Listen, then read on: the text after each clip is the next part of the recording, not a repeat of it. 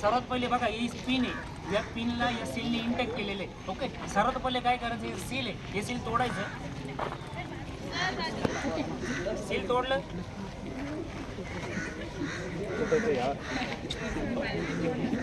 त्यानंतर एक pipe pin बाहेर काढायची. त्यानंतर हा पाईप बॉटमला पकडायचा आणि वरतून याला प्रेस करायचं. याची 3 मीटर रेंज आहे, तुम्ही डायरेक्टली आगे पैसे जायची गरज नाही. ओके, याची 3 मीटर रेंज आहे, तुम्ही 3 मीटर पण याला यूज करू शकता. यूज करताना हवेच्या दिशा बघायची. ओके, त्याच्यातून आता जी पावडर बाहेर येईल ती समजा नाकात गेली, डोळ्यात गेली, याच्याने काही स्किनला प्रॉब्लेम होत नाही.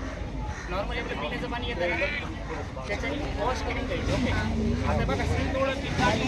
आता हवा इकडे, इकडले मुलं इकडे या.